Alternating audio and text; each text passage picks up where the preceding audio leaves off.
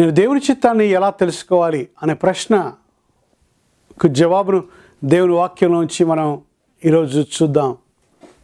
వాక్యాన్ని ధ్యానించక మునుపు ప్రార్థన చేద్దాం. మా ప్రేమగల పరలోకపు తండ్రి, నీ కుమారుడు మా రక్షకుడైన యేసు క్రీస్తు నామములో మీ సన్నిధికి వస్తున్నాం. క్రీస్తు రక్త ప్రోక్షణ కిందికి నన్ను వింటున్న ప్రతి ఒక్కరిని తీసుకొని వస్తున్నాను తండ్రి. మీ ఆత్మ సన్నిధిని మాకు మీరు దయచేయమని, నీ ఆత్మ ద్వారా మాతో మీరు మాట్లాడమని, మీ గ్రంథంలో లిఖించిన మీ సత్యాలను మేము తెలుసుకునే కృపను మాకు దయచేయండి. నీ ఆత్మ ద్వారా నీ మనస్సును, నీ హృదయాన్ని మాకు బయలుపరచమని నజరేయుడైన యేసు నామములో అడిగి వేడుకుంటున్నాము తండ్రి. ఆమెన్. దేవుని చిత్తాన్ని మనం ఎలా తెలుసుకోవాలి? దేవుని మనస్సులో ఉన్న ఆలోచన మనం ఎలా తెలుసుకోవాలి? దేవుని హృదయంలో ఉన్న కోరికలు మనం ఎలా తెలుసుకోవాలి? మనకు ఏమి సంభవిస్తుంది, ఆ విషయాలను మనం ఎలా తెలుసుకోవాలి? చాలామంది ఉద్యోగం కొరకు చూస్తూ ఉన్నప్పుడు నాకు ఈ ఉద్యోగం వస్తుందా లేదా అని ఇంటర్వ్యూకి వెళ్ళకముందు వాళ్ళకి చాలా భయం, ఆందోళన కలుగుతుంది. ఎవరైనా బాగోలేకపోతే వారికి ఏం జరుగుతుంది, బాగవుతారా లేదా అనే చాలా భయంతో మనుషులు నిండి ఉంటారు. అయితే ప్రశ్నల కొరకు దేవుని చిత్తాన్ని మనుషులు పరిశోధించాలని తెలుసుకోవాలనుకుంటారు. బైబిల్లో నుంచి ఒక సంఘటన గురించి మనం ధ్యానిద్దాం. పాత నిబంధనలో 2వ రాజుల గ్రంథం 1వ అధ్యాయంలో అహజ్యా అనే ఒక రాజు ఉన్నాడు. ఆయన పైనుండి కింద పడి ఎముకలు ఇరగ్గొట్టుకొని ఆయన మంచం పట్టాడండి. ఈ రాజు తనకు కలిగిన కొంతమంది దాసులను పిలిచి ఏమంటాడంటే, ఎక్రోను దేవత అయిన బయల్జెబూలు దగ్గరికి మీరు వెళ్ళి నేను బ్రతుకుతానో లేదో మీరు కనుక్కోండి అని మనుషులను పంపుతాడు. ఆ మనుషులను పంపగా దేవుడు ఆయన దూతను తిష్బీయుడైన ఏలియా దగ్గరికి పంపించి ఈ మాట ఏలియాకు చెబుతాడు. చూడండి, మీ రాజు అహజ్యా ఇశ్రాయేలులో దేవుడు లేడనుకొని ఎక్రోను దేవత అయిన బయల్జెబూలు దగ్గరికి మనుషుల్ని పంపాడు. నువ్వు వారిని కలుసుకొని ఈ మాట నువ్వు చెప్పాలి అని అంటాడు అని దేవదూత పంపిస్తుంది.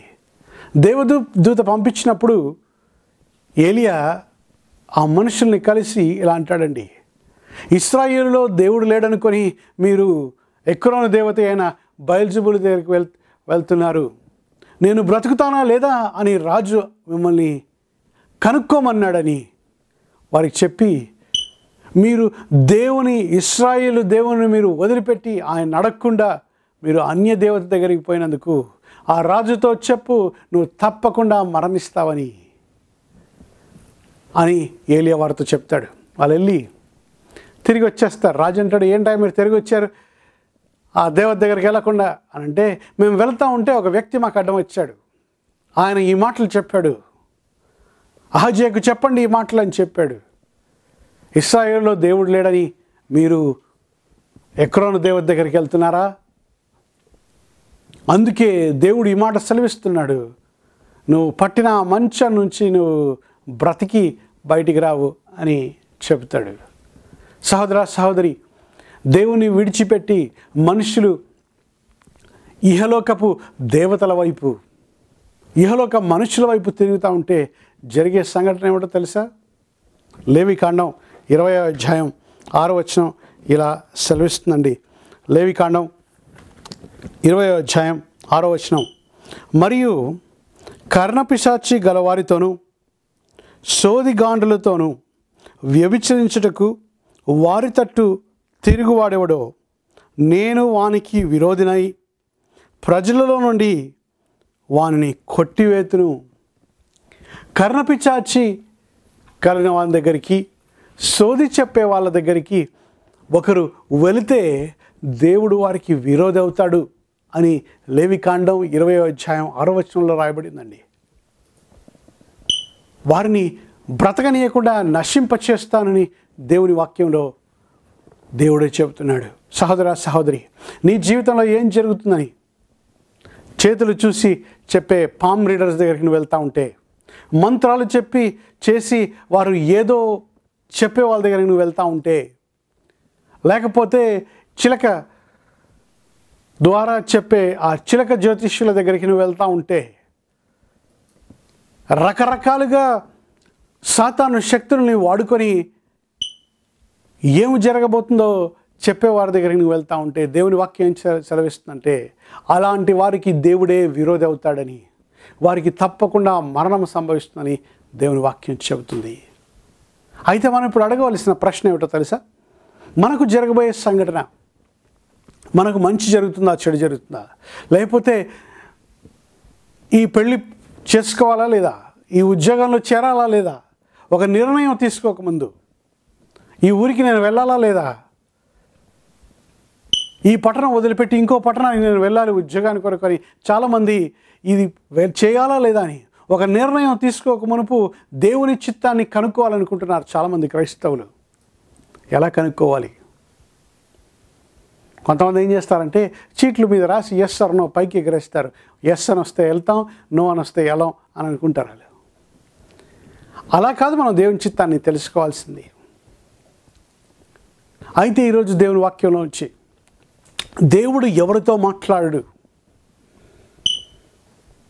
అనే 2 సంఘటనలు చూద్దాం. దేవుడు నూతన నిబంధనలో ఒక క్రైస్తవుడికి ఇచ్చిన మంచి ఆధిక్యత, సహాయం ఏమిటి అనే సత్యాన్ని మనం ఈరోజు తెలుసుకుందామండి. ప్రభు ఎందుకు తన బిడ్డలతో మాట్లాడు అనే సత్యాన్ని మనం పాత నిబంధన నుంచి కొన్ని సంఘటనలు మనం ధ్యానిద్దాం. ఇశ్రాయేలు మొదటి రాజైన సౌలు,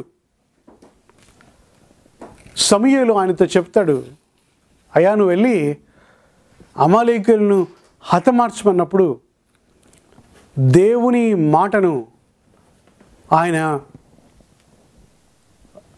దేవుని మాటకు విధేయత చూపకుండా ఆయన రాజును వెంట పెట్టుకొని మంచిగున్న కొన్ని జంతువులను, పశువులను తీసుకొని వస్తాడండి. ఆ విషయం దేవునికి ఇష్టమవదు. దేవుడు సౌలును తృణీకరిస్తాడు.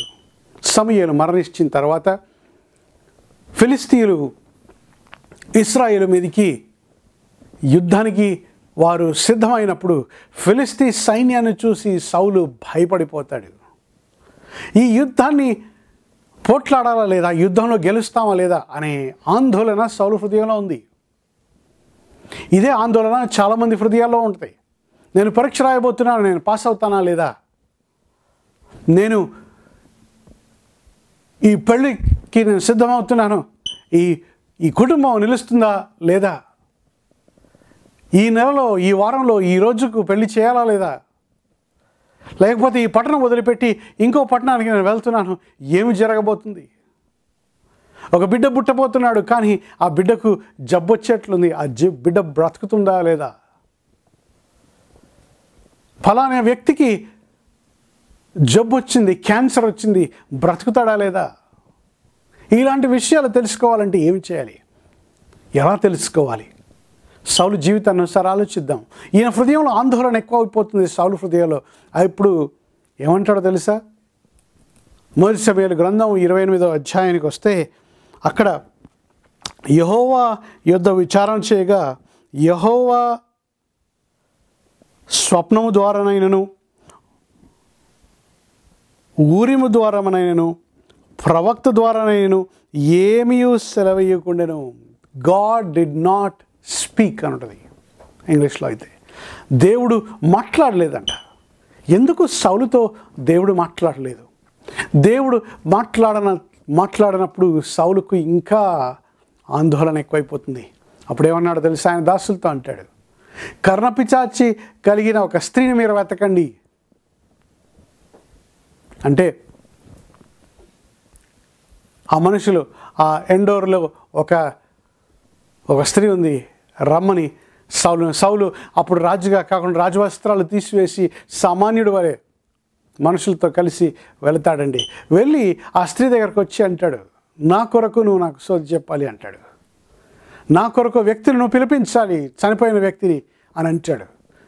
అంటే ఆ స్త్రీ ఏమంటుందంటే, సౌలు ఈ సోది చెప్పే వాళ్ళను, కర్ణపిశాచి కలిగిన వారిని తీసివేశాడు కదా, నా ప్రాణం కొరకు మీరెందుకు ప్లాన్ వేస్తున్నారు అని అంటే అని అంటాడు, యెహోవా తోడు. చూడండి ఈ సౌలు అప్పుడు కూడా యెహోవా తోడు, నీ ప్రాణానికి ఏం నష్టం రాదు అని దేవుని మీద ఒట్టేసి చెప్తున్నాడండి. అప్పుడు మీ కొరకు ఎవరిని పిలిపించాలి అని ఈ కర్ణపిశాచి కలిగిన ఈ స్త్రీ ఆ సౌలును అడుగుతుంది. సౌలు అంటాడు, నా కొరకు సమూయేలును పిలుచు, ప్రవక్త అయిన సమూయేలును పిలవమని ఆ స్త్రీతో అంటే, ఆ స్త్రీ సౌలు ఆత్మను పిలుస్తుందండి. సౌలు ఆత్మను పిలుస్తూ ఉంటే సమూయేలు ఆత్మను పిలుస్తూ ఉంటే సమూయేలును చూడగానే ఆ స్త్రీ ఈ వచ్చిన వ్యక్తి సౌలు ఇశ్రాయేలు రాజు అని గుర్తుపట్టింది. అంతవరకు గుర్తుపట్టలేదు. ఒక గొప్ప దైవజనుని ఆత్మలో, ఆత్మ ఎదుట మనుషులు ఎవరు అని ఈ స్త్రీ గుర్తుపట్టగలిగింది. చాలామందికి ఈ ప్రశ్న ఉంటుంది, సమూయేలు ఆత్మను పిలవటానికి ఈ కర్ణపిశాచికి అంత శక్తి ఉందా అని.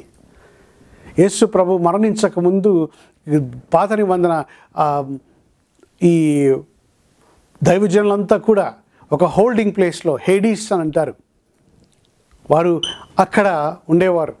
అబ్రహాం కానీ, ఇస్సాక్ కానీ, యాకోబు కానీ, దావీదు కానీ, ఇంకా సమూయేలే కానీ, వాళ్ళందరూ భూమి క్రింద హేడిస్ అని ఉంటుంది, ఆ హేడిస్లో ఉండేవారు. ఎలా తెలుసు అంటే యేసు ప్రభు ఆయన అన్నాడు, యోనా మరణించి యోనా చేప కడుపులో 3 పగళ్ళు 3 రాత్రులు ఉన్నట్టు మనుష్య కుమారుడు కూడా భూగర్భములో 3 పగళ్ళు 3 రాత్రులు ఉంటాడని మత్తయి సువార్త 12వ అధ్యాయం 39వ వచనం 40వ వచనంలో మన ప్రభు చెప్పిన మాట. ఎందుకు అక్కడికి వెళ్ళాడంటే ఆయన భూమి క్రింది భాగములకు దిగి వెళ్ళెను అని ఎఫెసీ పత్రిక 4వ అధ్యాయం 7, 8, 9 వచనాల్లో వ్రాయబడింది. ఆ భూమి క్రింది భాగములకు దిగి వెళ్ళి అక్కడ ఉన్న చెరలో ఉన్న ఈ పాత నిబంధన భక్తులను తీసుకొని పరలోకానికి వెళ్ళాడు ఆయన ఆరోహణం అయిన తర్వాత. అది మనం నేర్చుకోవాల్సిన సత్యం. అయితే అక్కడ ఈ హేడిస్లో ఉన్న ఈ సమూయేలు ఆత్మను ఈ కర్ణపిశాచి పిలిచిందండి. సమూయేలు కనబడగానే ఈ స్త్రీ అంటది, నువ్వు సౌలువి, నువ్వు ఎందుకు నాకు మోసం చేశావు, సామాన్యుడి వలె వచ్చావు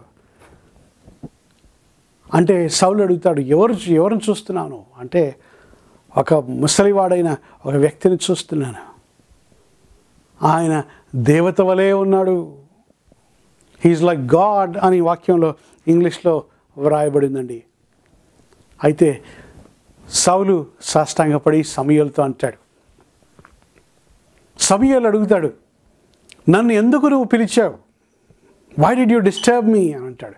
ఎందుకు పిలిచావు నన్ను అంటే సౌలు అంటాడు, దేవుడు నాతో మాట్లాడలేదు కనుక నాకు ఇశ్రాయేలు మీద యుద్ధం చేయడానికి ఫిలిస్తీన్లు వచ్చారయ్యా, వారి మీద నేను గెలుస్తానా లేదా కనుక్కోవాలి నేను అంటే సమూయేలు అంటాడు,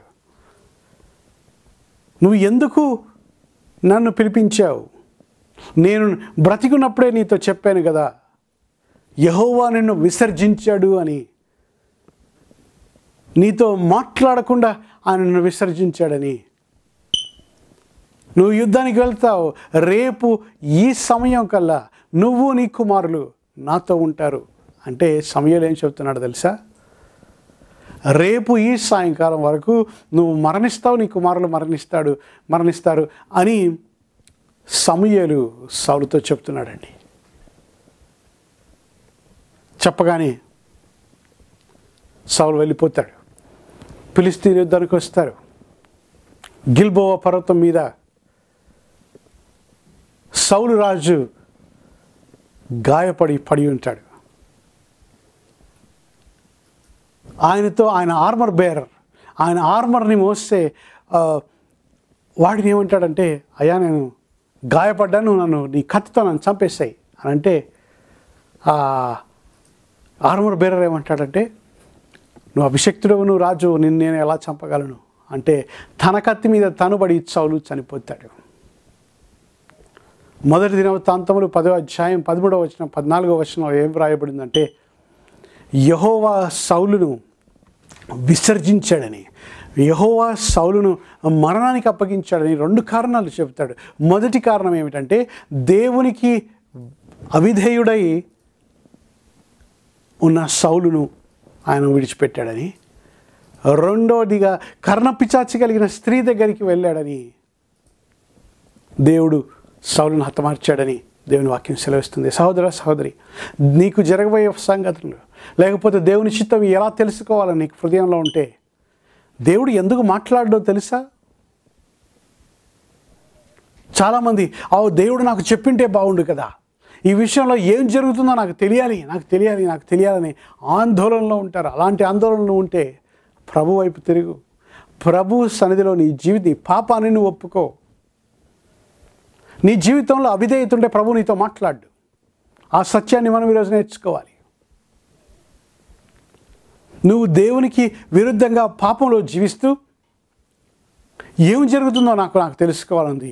దేవుడు నాతో మాట్లాడాలి. ఎందుకు మాట్లాడాలి? ఎందుకు మాట్లాడట్లేదని నీకు ప్రశ్న ఉంటే, ఈరోజు ప్రభు నీతో మాట్లాడుతున్నాడు. నువ్వు అవిధేయతలు ఉంటే ప్రభు నీతో మాట్లాడు. ఆయన స్వరాన్ని నువ్వు వినలేవు. బైబిల్ చదివినా ఆయన నీతో మాట్లాడుతున్నట్టు అనిపించదు. దేవుని వాక్యం ఒక దైవజనుడు చెప్తున్నా దేవుడు నీతో మాట్లాడినట్టు నీకు అనిపించదు. ఎందుకంటే నీ హృదయం, నీ జీవితం దేవునికి ఇష్టంగా లేదు కాబట్టి, అవిధేయతలో జీవిస్తున్నావు కాబట్టి. సహోదర సహోదరి, దేవుడు నీతో మాట్లాడాలంటే, దేవుని చిత్తాన్ని నువ్వు తెలుసుకోవాలంటే, దేవుని స్వరాన్ని నువ్వు వినాలంటే, నీ జీవితాన్ని, నువ్వున్న పాపాన్ని నువ్వు విడిచిపెట్టడం నేర్చుకోవాలి. చాలామంది ప్రశ్న అడుగుతారు, క్రైస్తవులు ఎలాంటి ధోరణిలో ఉంటారంటే, ఏముందండి, మాకు తెలిసి మేము చేసేది తప్పు కదా, కానీ మేము ఆదివారం ప్రభు సన్నిధికి వెళ్ళినప్పుడు అప్పుడు ప్రభుని క్షమాపణ అడుగుతాంలే అని పదే పదే చేసిన తప్పే చేస్తూ ఆ ఆలోచనలో ఉంటారు చాలామంది. అలాంటి ఆలోచనలో ఉన్న క్రైస్తవులు వినాల్సిన మాట హెబ్రీ పత్రిక 10వ అధ్యాయం 26వ వచనం ఇలా సెలవిస్తుందండి. మనము సత్యమును గూర్చి అనుభవ జ్ఞానము పొందిన తరువాత బుద్ధిపూర్వకముగా పాపము చేసిన ఎడల పాపమునకు బలి ఇకను ఉండదు గాని న్యాయ తీర్పునకు భయముతో ఎదురుచూచుటయు విరోధులను దహించు తీక్షణమైన అగ్ని నీకును ఉండును. ఎవడైనా మోషే ధర్మశాస్త్రమును నిరాకరించిన ఎడల 2-3 సాక్షుల మాట మీద కనికరింపకుండా వానిని చంపుదురు. ఇట్లుండగా దేవుని కుమారుని పాదములతో త్రొక్కి తాను పరిశుద్ధపరచబడుటకు సమాధానమైన నిబంధన రక్తమును అపవిత్రమైన దానిగా ఎంచి కృపకు మూలమగు ఆత్మను తిరస్కరించిన వారికి ఎంత ఎక్కువైన దండనకు పాత్రుడగా ఎంచబడనని మీకు తోచును. పగ తీర్చుకొనుట నా పని, నేను ప్రతిఫలము మిత్తునని మరియు ప్రభువు తన ప్రజలకు తీర్పు తీర్చుననియు చెప్పిన వానిని ఎరుగుదుము గదా. జీవము గల దేవుని చేతిలో పరుట భయంకరము. బుద్ధిపూర్వకంగా ఒక వ్యక్తి పాపం చేస్తే దేవుని కుమారుని త్రొక్కినట్లు, మనం శుద్ధి చేయబడటానికి ఆ కార్చిన నిబంధన రక్తాన్ని మనము తృణీకరించినట్లు, పారవేసినట్టు, మనలో ఉన్న పరిశుద్ధాత్మని మనము విసర్జించినట్లు. సహోదర సహోదరి, నువ్వు బుద్ధిపూర్వకంగా పాపం మానాలి. ఏముందిలే, బుద్ధిపూర్వకంగా పాపం చేసి కూడా నేను పరలోకానికి వెళ్తాను, నేను ఒకసారి రక్షింపబడ్డాను కదా, నాకు నిత్య పరలోకం ఉంటుంది అని చాలామంది అదే ఆలోచనలో ఉంటారు. మీ జీవితంలో బుద్ధిపూర్వకమైన పాపం పదే పదే మీరు చేస్తూ ఉంటే దేవుని వాక్య ప్రకారం తీర్పులోకి తేబడతారు. జాగ్రత్త. అందుకే క్రైస్తవులు అలాంటి వ్యక్తులతో ప్రభు మాట్లాడండి. వారు ఎంత ప్రార్థన చేసినా కూడా వారు దేవుని స్వరాన్ని వినలేకుండా ఉంటారు. పరిశుద్ధాత్ముడు వారితో మాట్లాడు. దేవుని స్వరాన్ని వాళ్ళు వినలేరు. నీ జీవితంలో అలాంటి అవిధేయత ఉంటే దేవుని దృష్టిలో నీ జీవితాన్ని సరి చేసుకోవాలి. ఈరోజు ప్రభు సన్నిధిలో నిన్ను పరీక్షించుకొని, ప్రభు నన్ను క్షమించు, ప్రభు నన్ను క్షమించు, ఈ బుద్ధిపూర్వకమైన పాపం నుంచి నన్ను తప్పించు అని ప్రార్థన చేయడం నేర్చుకోవాలి. దావీదు 139వ కీర్తన 23-24 వచనంలో ఎంత మంచి ప్రార్థన చేస్తాడంటే, ప్రభువా నా హృదయాన్ని నువ్వు పరిశోధించు అని ప్రార్థన చేస్తాడండి. అలాంటి ప్రార్థన ప్రతి క్రైస్తవుడు చేయడం నేర్చుకోవాలి. మనం అందరం ప్రతిరోజు చేయాలి. ఏమిటంటే, ప్రభువా నా హృదయాన్ని నువ్వు పరిశోధించు అని ప్రార్థిస్తాడండి. దేవా నన్ను పరిశోధించి నా హృదయంను తెలుసుకోండి. చూడండి, నన్ను పరీక్షించి నా ఆలోచనను తెలుసుకునము. నీకు ఆయాసకరమైన మార్గములు నా యందు ఉన్నదేమో అని చూడుము. సత్య మార్గములో నన్ను నడిపించుము. ఎంత మంచి ప్రార్థన చూడండి. నీకు ఆయాసకరమైన మార్గం నా జీవితంలో ఉంటే నాలో నుంచి తీసివేయి ప్రభువా. అలాంటి ప్రార్థన క్రైస్తవులకు ఈ మధ్యకాలంలో లేదండి. ప్రభువా నన్ను పరిశోధించండి, నా ఆలోచనను పరిశోధించు, నా హృదయాన్ని పరిశోధించు, నా కోరికలను పరిశోధించు, నా జీవితాన్ని నువ్వు పరిశోధించు. అలాంటి వారికే దేవుని స్వరం వినపడుతుంది. అలాంటి వారికే దేవుని చిత్తం తెలుస్తుంది. అలాంటి వారికే దేవుడు వారికి తోడుగా ఉంటాడు, నడిపిస్తాడు.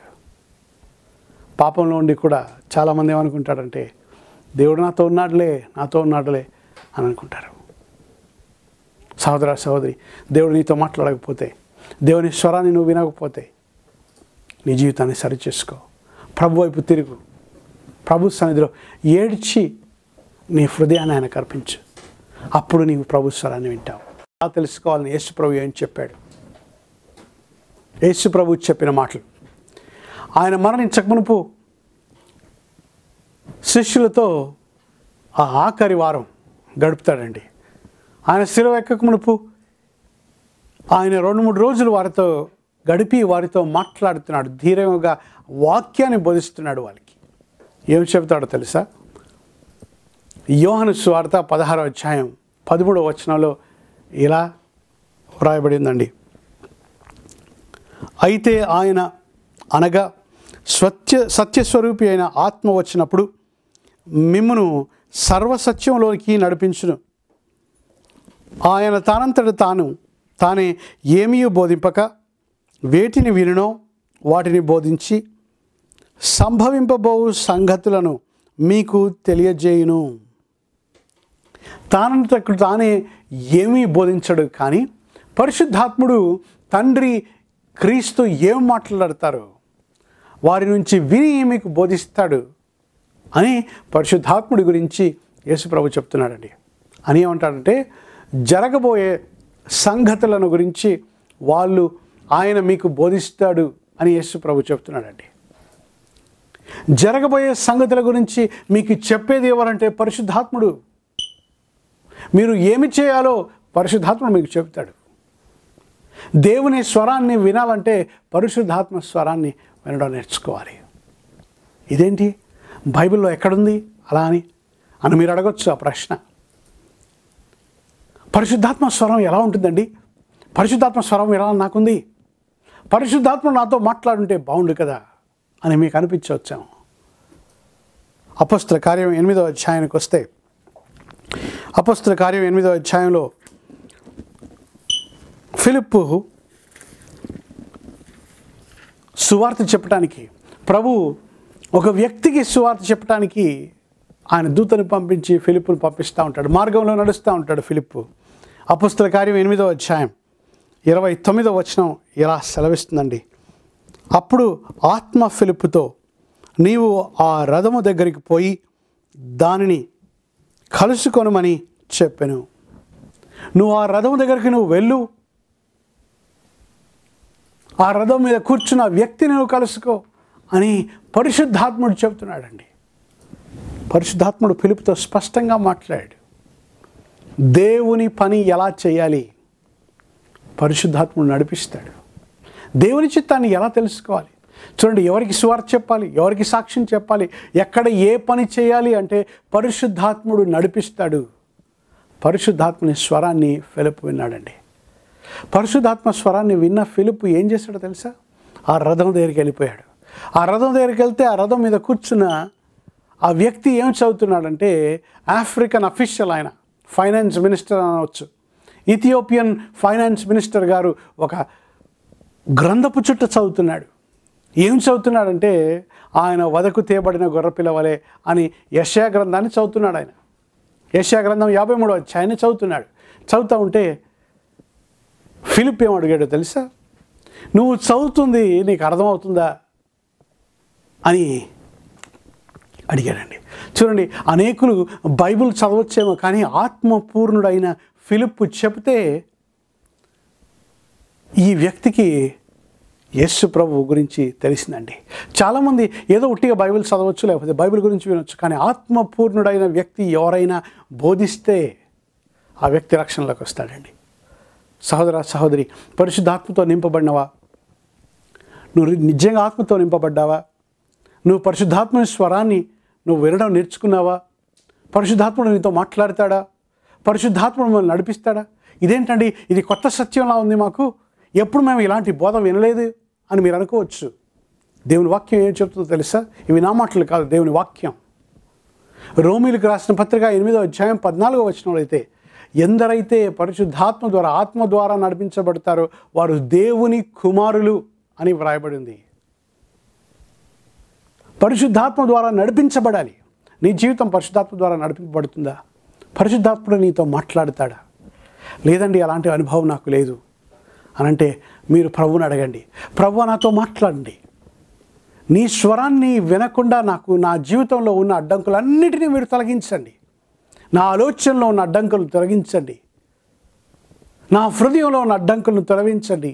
నా జీవితంలో పాపాన్ని మీరు కడిగివేయండి. మీ ఆత్మతో నన్ను ప్రతిరోజు నింపండి. నీ ఆత్మతో నాతో మాట్లాడండి.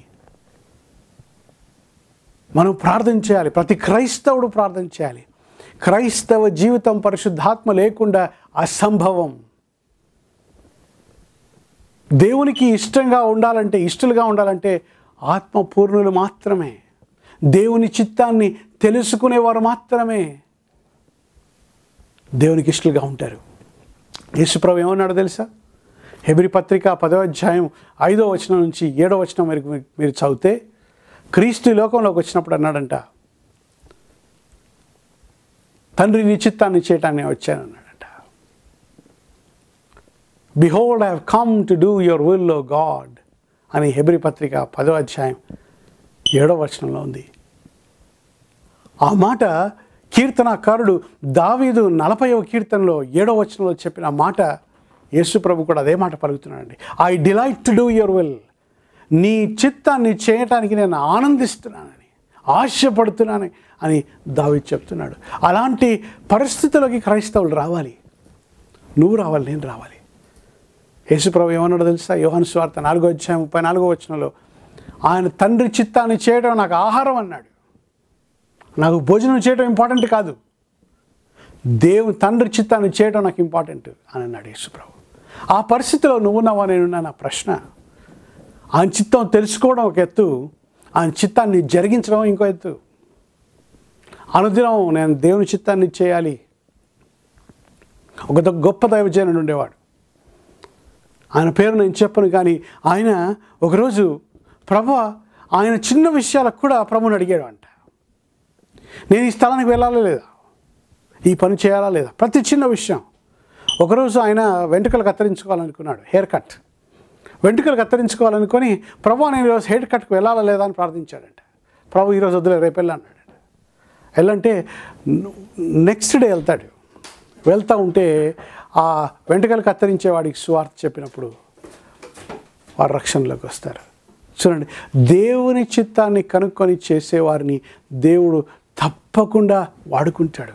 ప్రతి విషయంలో కూడా మనం దేవుని చిత్తాన్ని కనుక్కునే వారంగా మనం ఉండాలి. ఆయన స్వరాన్ని మనం వినాలి. ఫిలిప్పే కాదండి, దేవుని వాక్యంలో ఇంకా 2 సంఘటనలు మీకు చెప్తాను. అపోస్తల కార్యం 10వ అధ్యాయం 10వ అధ్యాయంలో దేవుని స్వరం ఎవరికి వినపడుతుంది? అక్కడ అపోస్తలుడైన పేతురు, ఈయన మేడగది మీద ఉండి మధ్యాహ్న కాల సమయం భోజనం చేయకుండా ప్రార్థన చేస్తూ ఉంటాడు. ప్రార్థన చేస్తున్నప్పుడు ఆయన ప్రార్థనలోనే నిద్రపోతాడండి. నిద్రపోయినప్పుడు ప్రార్థనలో ఆయన దర్శనాన్ని చూస్తున్నాడు. ఆ దర్శనంలో పరలోకం నుంచి ఒక దుప్పటి దిగి రావటం, ఆ దుప్పటి మీద అనేక జంతువులు ఉండటం చూస్తాడు ఆయన. చూసినప్పుడు ఒక స్వరం వినపడుతుంది. అప్పుడు ఆ దర్శనంలో లేచి వాటిని చంపి తినమని స్వరం చెబుతుంది. అయితే పేతురు అంటాడు, ప్రభువా, ఈ అపరిశుద్ధమైన వాటిని నేను ఎలా తినాలి అని ఆయన తిరిగి చెప్తాడు. అప్పుడు మళ్ళీ అదే దర్శనం వస్తుంది, మళ్ళీ అదే స్వరం వినపడుతుంది. అప్పుడు ప్రభు అన్నాడు, నేను పరిశుద్ధపరిచిన వాటిని నేను అపరిశుద్ధం అని అనొద్దు అని అక్కడ వ్రాయబడింది. ఆ దర్శనం తర్వాత ఆయన మేల్కొంటాడు. మేల్కొని ఇది ఏంటి దర్శన భావం అని ఆలోచిస్తూ ఉంటాడు. ఆయన ఆలోచిస్తున్నప్పుడు అపోస్తల కార్యం 10వ అధ్యాయం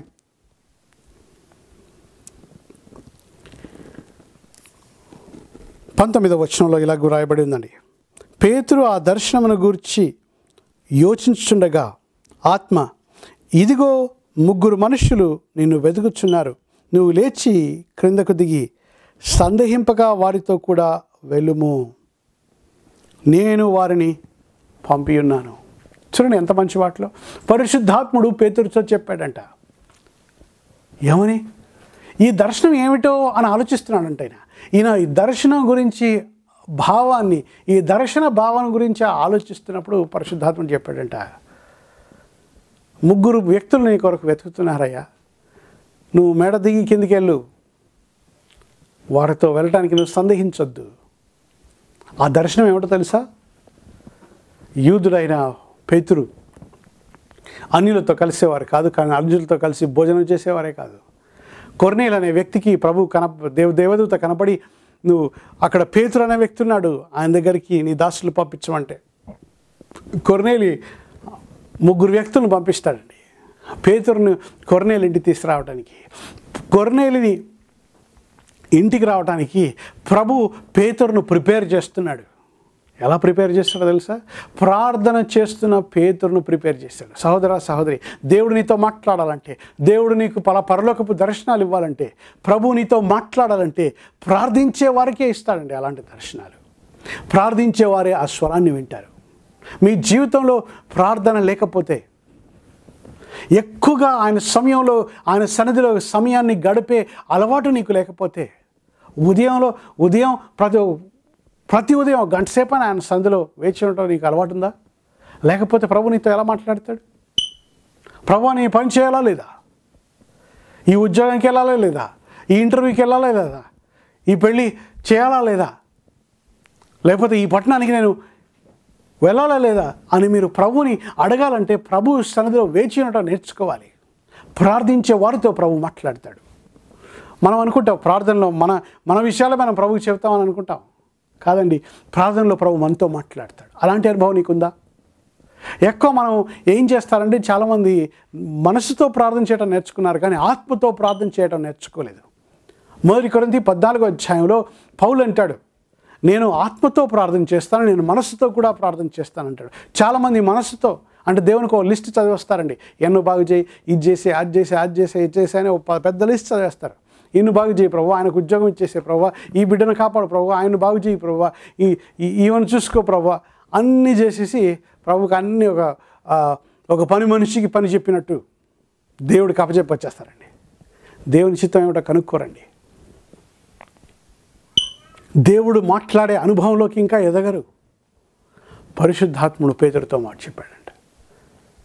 ప్రభు ఆయనకు దర్శనం ఇవ్వటమే కాకుండా దర్శన భావాన్ని ఎక్స్ప్లెయిన్ చేసింది, ఆ దర్శనానికి విధేయత చూపించమని పేతురుకు చెప్పింది పరిశుద్ధాత్ముడు. సహోదర సహోదరి, ఆ పరిశుద్ధాత్ముని స్వరాన్ని నువ్వు వినడానికి ప్రభు నీకు సహాయం చేయను కాక. అలాంటి అనుభవం లేకపోతే ప్రతిరోజు ప్రభుని అడగాలి, ప్రభు నాతో మాట్లాడు, నీ ఆత్మతో నింపు, నీ ఆత్మ ద్వారా నాతో మాట్లాడు ప్రభా, నీ ఆత్మ ద్వారా ఈరోజు నేను నీ కొరకు ఏమి చేయాలో నాకు బోధించు ప్రభు అని ఆ ప్రార్థన నీకుందా? లేకపోతే అలాంటి అనుభవంలోకి ప్రభు నిన్ను తీసుకొని వచ్చును గాక.